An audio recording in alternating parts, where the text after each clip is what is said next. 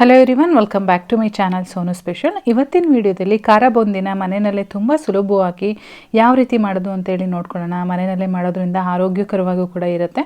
ಮಕ್ಕಳಿಗೆ ಏನಾದರೂ ಸ್ನ್ಯಾಕ್ಸ್ ಅಂತ ಕೇಳಿದಾಗ ಹಾಕ್ಕೊಡ್ಬೋದು. ಮತ್ತು ನಾವೇನಾದರೂ ಬಿಸಿಬೇಳೆಬಾತು ಮನೆಯಲ್ಲಿ ತಿಂಡಿ ಮಾಡಿದರೆ ಒಂದೊಳ್ಳೆ ಕಾಂಬಿನೇಷನ್ನು ಈ ಖಾರ ಬೂಂದಿ ಅಂತಲೇ ಹೇಳ್ಬೋದು. ಬನ್ನಿ ಹಾಗಾದರೆ ಇವತ್ತು ಮನೆಯಲ್ಲೇ ಹೋಮ್ ಮೇಡ್ ಖಾರ ಬೂಂದಿನ ಹೇಗೆ ಮಾಡೋದು ಅಂತೇಳಿ ನೋಡ್ಕೊಳ್ಳೋಣ. ಮೊದಲನೇದಾಗಿ ನಾನು ಇನ್ನೊಂದು ಮಿಕ್ಸಿಂಗ್ ಬೌಲ್ಗೆ 1.5 ಕಪ್ಪಷ್ಟು ಕಡಲೆ ಹಿಟ್ಟನ್ನು ಸೇರಿಸ್ಕೊಳ್ತಾ ಇದ್ದೀನಿ. ಇದಕ್ಕೆ 1 ಟೇಬಲ್ ಸ್ಪೂನ್ ಖಾರದ ಪುಡಿ, ಹಾಗೆ ರುಚಿಗೆ ತಕ್ಕಷ್ಟು ಉಪ್ಪು, ಒಂದು 2 ಪಿಂಚಷ್ಟು ಅಡುಗೆ ಸೋಡಾ ಸೇರಿಸಿದ್ದೀನಿ. ಹಾಗೆ ಒಂದು 1/4 ಟೀ ಸ್ಪೂನಷ್ಟು ಅರಿಶಿನ ಪುಡಿ ಹಾಕಿ ಚೆನ್ನಾಗಿ ಒಂದ್ಸಲ ಮಿಕ್ಸ್ ಮಾಡ್ಕೊಳ್ತಾ ಇದ್ದೀನಿ. ಎಲ್ಲದೂ ಕೂಡ ಚೆನ್ನಾಗಿ ಮಿಕ್ಸ್ ಆದಮೇಲೆ ನಾನಿಲ್ಲಿ 1 ಕಪ್ಪು ನೀರನ್ನು ತೊಗೊಂಡಿದ್ದೀನಿ. ಮೊದಲು ಒಟ್ಟಿಗೆ ಹಾಕ್ಕೊಳ್ಳೋದು ಬೇಡ, ಕನ್ಸಿಸ್ಟೆನ್ಸಿ ನೋಡ್ಕೊಂಡು ಮಿಕ್ಸ್ ಮಾಡ್ಕೊಳ್ಳೋಣ.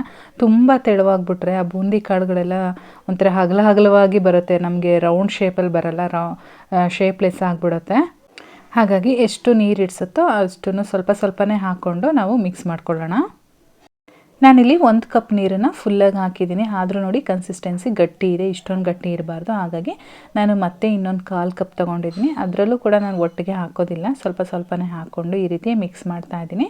ನಮಗೆ ಇಲ್ಲಿ ಫ್ಲೋಯಿಂಗ್ ಕನ್ಸಿಸ್ಟೆನ್ಸಿ ಇರಬೇಕು. ನೋಡಿ, ಇನ್ನು ಸ್ವಲ್ಪ ನೀರು ಮಿಕ್ತು. ನನಗೆ 1/4 ಕಪ್ ಏನು ತೊಗೊಂಡಿದ್ದೆ ಅದರಲ್ಲೂ ಕೂಡ ಅರ್ಧ ಹಾಕಿ ಇನ್ನು ಅರ್ಧ ಮಿಕ್ಕಿದೆ. ಇಷ್ಟು ಕನ್ಸಿಸ್ಟೆನ್ಸಿ ಕರೆಕ್ಟಾಗಿರುತ್ತೆ. ಇವಾಗ ನೀವು ನೋಡ್ತಾ ಇದ್ದೀರಾ ಅಲ್ವಾ, ನಾನು ಹಿಂಗೆ ಮೇಲೆ ಎತ್ತಿದರೆ ಡ್ರಾಪ್ ಬೀಳ್ತಾ ಇದೆ ಅದು.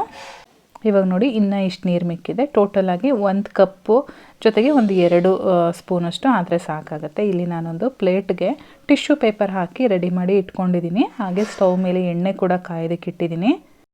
ಎಣ್ಣೆ ಕಾದಿದೆಯಾ ಅಂತೇಳಿ ಒಂದು ಸಲ ಚೆಕ್ ಮಾಡ್ಕೊಳ್ಳೋಣ. ಹಿಂಗೆ ಹಾಕಿದ ತಕ್ಷಣ ಮೇಲೆ ಬರ್ತಾ ಇದೆ ಅಂತ ಅಂದರೆ ಎಣ್ಣೆ ಚೆನ್ನಾಗಿ ಕಾಯ್ದಿದೆ. ಇವಾಗ ನಾನಿಲ್ಲಿ ಈ ರೀತಿ ನಾವು ಬಜ್ಜಿ ಬೋಂಡ ಎಲ್ಲ ಕರಿತೀವಲ್ವ, ಆ ರೀತಿ ಜಾಲರಿನ ತೊಗೊಂಡು ಅದಕ್ಕೆ ಮೇಲ್ಗಡೆ ಒಂದು ಸೌಟಲ್ಲಿ ಈ ರೀತಿ ನಾನು ಮಿಕ್ಸ್ಚರ್ ಏನು ರೆಡಿ ಮಾಡ್ಕೊಂಡಿದ್ದೆ ಅದನ್ನು ಹಾಕಿ ಜಸ್ಟ್ ಈ ರೀತಿ ಟ್ಯಾಪ್ ಮಾಡಿದರೆ ಸಾಕು, ಅದು ಡ್ರಾಪ್ ನೀಟಾಗಿ ಬೀಳುತ್ತೆ. ಎಣ್ಣೆ ಏನಾದರೂ ಜಾಸ್ತಿ ಹಾಕಿದರೆ ಒಂದು 2 ಸೌಟ್ ಹಾಕ್ಕೊಳ್ಬೋದು, ಅಥವಾ ಎಣ್ಣೆ ಕಡಿಮೆ ಇದೆ ಅಂತ ಅಂದರೆ 1 ಸೌಟ್ ಹಾಕ್ಕೊಂಡ್ರೆ ಸಾಕಾಗುತ್ತೆ. ಲಾಸ್ಟಲ್ಲಿ ಈ ರೀತಿ ಮಾಡಿಕೊಂಡ್ರೆ ಕಂಪ್ಲೀಟಾಗಿ ಬೀಳುತ್ತೆ ಅದು. ಬೂಂದಿ ಖಾರ ಮಾಡಲಿಕ್ಕೇ ಕೆಲವು ಜಾಲರಿಗಳು ಬರುತ್ತೆ, ಅದಿದ್ದರೆ ತುಂಬಾ ಈಸಿಯಾಗಿ ಮಾಡ್ಕೊಳ್ಬೋದು. ಒಂದೇ ಸಲ ಎಷ್ಟು ಬೇಕಾದರೂ ಹಾಕ್ಬೋದು. ಚಿಕ್ಕದಾಗಿರೋದ್ರಿಂದ ಸ್ವಲ್ಪನೇ ಹಾಕ್ಕೊಂಡು ಮಾಡ್ಕೊಳ್ಬೇಕು. ನೋಡಿ, ಈ ರೀತಿ ತಿರುಗಿಸ್ಕೊಂಡು ಬೂಂದಿ ಕಾಳನ್ನು ನಾವು ಡೀಪ್ ಫ್ರೈ ಮಾಡ್ಕೊಳ್ಬೇಕಾಗತ್ತೆ. ಎಣ್ಣೆ ಕಾಯ್ದ ಮೇಲೆ ಲೋ ಫ್ಲೇಮ್ ಮಾಡಿಕೊಂಡು ನಾವು ಬೂಂದಿನ ಹಾಕಬೇಕು ಎಣ್ಣೆಯಲ್ಲಿ. ಮತ್ತು ನಾವು ಎಲ್ಲ ಹಾಕಿ ಆದಮೇಲೆ ಐ ಫ್ಲೇಮ್ ಮಾಡಿಕೊಂಡು ಬೇಯಿಸ್ಕೊಳ್ಬೇಕಾಗತ್ತೆ. ಬೇಯೋದಕ್ಕೆ ತುಂಬ ಟೈಮ್ ಏನು ತೊಗೊಳೋದಿಲ್ಲ, ಒಂದು 2-3 ನಿಮಿಷ ಆದರೆ ಒಂದು ಬ್ಯಾಚು ಬೆಂದ್ಬಿಡುತ್ತೆ. ಬೆಂದಾದಮೇಲೆ ಸ್ವಲ್ಪ ಕಲರ್ ಕೂಡ ಚೇಂಜ್ ಆಗಿರುತ್ತೆ. ಮತ್ತು ಈ ರೀತಿ ಒಂದು ತೊಗೊಂಡು ಪ್ರೆಸ್ ಮಾಡಿದರೆ ಈ ರೀತಿ ಪುಡಿ ಆಗಬೇಕು. ಹಿಂಗೆ ಪುಡಿ ಆಗ್ತಾ ಇದೆ ಅಂತ ಅಂದರೆ ಚೆನ್ನಾಗಿ ಬೆಂದಿದೆ ಅಂತೇಳಿ ಅರ್ಥ. ಇದೇ ರೀತಿಯಾಗಿ ನಾನು ಎಲ್ಲದೂ ಕೂಡ ಒಂದೊಂದು ಸೌಟ್ ಹಾಕ್ಕೊಂಡು ಒಂದೊಂದು ಬ್ಯಾಚ್ ವೈಸ್ ಮಾಡಿಕೊಂಡು ಕರೆದಿಟ್ಕೊಳ್ತೀನಿ. ನಾವಿಲ್ಲಿ ಇನ್ನೊಂದು ಅಂಶ ಏನು ಗಮನಿಸಬೇಕು ಅಂತ ಅಂದರೆ, ನೋಡಿ, ಈ ರೀತಿ ಇನ್ನೊಂದು ಬ್ಯಾಚ್ ಹಾಕಬೇಕಾದ್ರೆ ನೀಟಾಗಿ ವೈಪ್ ಮಾಡ್ಕೊಳ್ಬೇಕು. ಮೊದಲನೇ ಬ್ಯಾಚ್ ಹಾಕಬೇಕಾದ್ರೆ ಹೋಲ್ಸ್ ಎಲ್ಲ ಕವರ್ ಆಗಿರುತ್ತೆ, ಹಾಗಾಗಿ ಡ್ರಾಪ್ಸು ನೀಟಾಗಿ ಬೀಳೋದಿಲ್ಲ. ಈ ರೀತಿ ನಾವು ವೈಪ್ ಮಾಡ್ಕೊಂಡು ಹಾಕಿದ್ರೆ ನೀಟಾಗಿ ಡ್ರಾಪ್ಸ್ ಬೀಳುತ್ತೆ ಬೂಂದಿದು. ಸೊ ನಾನು ಹಾಗೆ ನೆಕ್ಸ್ಟ್ ಬ್ಯಾಚ್ ಕೂಡ ಹಾಕ್ಕೊಳ್ತಾ ಇದ್ದೀನಿ. ಎಷ್ಟು ನೀಟಾಗಿ ಅದು ಡ್ರಾಪ್ಸ್ ಬೀಳ್ತಾ ಇದೆ ಅಂತೇಳಿ ನೀವು ನೋಡ್ತಾ ಇರ್ಬೋದು. ಅದು ಎಲ್ಲ ಹಾಕಿದ ಮೇಲೆ ಈ ರೀತಿ ಸ್ವಲ್ಪ ಟ್ಯಾಪ್ ಮಾಡಿಕೊಂಡ್ರೆ ನೀಟಾಗಿ ಫ್ಲೋ ಆಗುತ್ತೆ.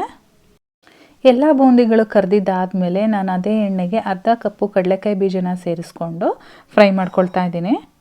ಸಣ್ಣದು ಯಾವುದಾದ್ರೂ ಜಾಲರಿ ಇದ್ದರೆ ಇನ್ನೊಂದು ಎತ್ತಿಟ್ಕೊಂಡಿರಬೇಕು, ಇಲ್ಲ ಅಂತ ಅಂದರೆ ಇದು ಬೇಗ ತೆಗಿಯೋಕ್ಕಾಗೋದಿಲ್ಲ, ಹಾಗಾಗಿ ಬಿದ್ದು ಹೋಗ್ತಾ ಇರುತ್ತೆ ಒಳಗಡೆ. ಇನ್ನೊಂದು ಚಿಕ್ಕ ಜಾಲರಿ ಇದ್ದರೆ ನೀಟಾಗಿ ಎತ್ಕೊಳ್ಬೋದು. ಇವಾಗ ನೋಡಿ, ರೆಡಿಯಾಗಿದೆ ಕಡಲೆಕಾಯಿ ಬೀಜ ಕೂಡ. ನಾನು ಅದನ್ನು ಹೊರಗಡೆ ತೆಗೆದು ಇವಾಗ ಏನು ಬೂಂದಿ ಖಾರ ರೆಡಿ ಮಾಡಿ ಇಟ್ಕೊಂಡಿದ್ದೆ ಅದೇ ಪ್ಲೇಟಲ್ಲಿ ಹಾಕಿಟ್ಕೊಳ್ತೀನಿ. ಹಾಗೆ ನೆಕ್ಸ್ಟು ನಾನಿಲ್ಲಿ ಕಡಲೆ ತೊಗೊಂಡಿದ್ದೀನಿ, ಹುರುಗಡಲೆ ಅಂತ ಏನು ಕರಿತೀವಿ, ಆ ಕಡಲೆನ ತೊಗೊಂಡಿದ್ದೀನಿ. ಇದನ್ನು ನಾನಿಲ್ಲಿ ಅರ್ಧ ಕಪ್ಪಲ್ಲಿ ಅರ್ಧ ತೊಗೊಂಡಿದ್ದೀನಿ, ಅಂದರೆ 1/4 ಕಪ್ಪು ಕಡಲೆನ ತೊಗೊಂಡಿದ್ದೀನಿ. ಅರ್ಧ ಕಪ್ಪು ಕಡಲೆಕಾಯಿ ಬೀಜ, 1/4 ಕಪ್ಪು ಕಡಲೆನ ತೊಗೊಂಡಿದ್ದೀನಿ. ಇದನ್ನು ಅಷ್ಟೇ ಕಲರ್ ಚೇಂಜ್ ಆಗೋವರೆಗೂ ಫ್ರೈ ಮಾಡಿಕೊಂಡು ಹೊರಗಡೆ ತೆಗೆದು ಸೇಮ್ ಪ್ಲೇಟಲ್ಲೇ ಹಾಕಿ ಎತ್ತಿಟ್ಕೊಂಡಿರ್ತೀನಿ ನಾನು. ನಂತರ ಇಲ್ಲಿ ನಾನು ಅರ್ಧ ಕಪ್ಪು ಹಸಿ ಕರಿಬೇವಿನ ಸೊಪ್ಪನ್ನು ತೊಗೊಂಡಿದ್ದೀನಿ. ಕರಿಬೇವಿನ ಸೊಪ್ಪು ಹಾಕಿದಾಗ ಸ್ವಲ್ಪ ದೂರ ನಿಲ್ಲಿ, ಅದು ಸಿಡಿಯುತ್ತೆ ಹಸಿ ಇರೋದ್ರಿಂದ. ಈ ರೀತಿ ಕರಿಬೇವಿನ ಸೊಪ್ಪನ್ನು ಕೂಡ ಫ್ರೈ ಮಾಡಿ ಎತ್ತಿಟ್ಕೊಳ್ತೀನಿ. ಆ್ಯಕ್ಚುಲಿ ಖಾರ ಬೂಂದಿಗೆ ಕರ್ಬೇವಿನ ಸೊಪ್ಪಂತೂ ಮೈನ್ ಇಂಗ್ರೀಡಿಯೆಂಟ್ ಅಂತಲೇ ಹೇಳ್ಬೋದು. ಒಂದು ಕಲರ್ಫುಲ್ಲಾಗಿ ಕೂಡ ಕಾಣಿಸುತ್ತೆ ಮತ್ತು ಹೆಲ್ದಿ ಕೂಡ ಹೌದು. ಈಗ ನೋಡಿ ಎಲ್ಲದನ್ನು ಕೂಡ ನಾನು ಫ್ರೈ ಮಾಡಿಕೊಂಡು ಒಂದು ಪ್ಲೇಟಲ್ಲಿ ಹಾಕಿ ಇಟ್ಕೊಂಡಿದ್ದೀನಿ. ಇದನ್ನು ಒಂದು ಮಿಕ್ಸಿಂಗ್ ಬೌಲ್ಗೆ ಟ್ರಾನ್ಸ್ಫರ್ ಮಾಡ್ಕೊಳ್ತೀನಿ. ಟಿಶ್ಯೂ ಪೇಪರ್ ಇಲ್ಲ ಅಂತ ಅಂದರೆ ತುಂಬಾ ಎಣ್ಣೆ ಥರ ಅಂತ ಅನಿಸುತ್ತೆ.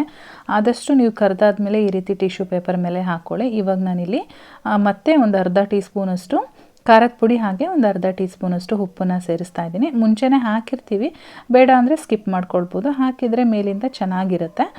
ಮತ್ತು ಇವಾಗ ಎಲ್ಲದನ್ನು ಕೂಡ ನೀಟಾಗಿ ಮಿಕ್ಸ್ ಮಾಡ್ತಾ ಇದ್ದೀನಿ.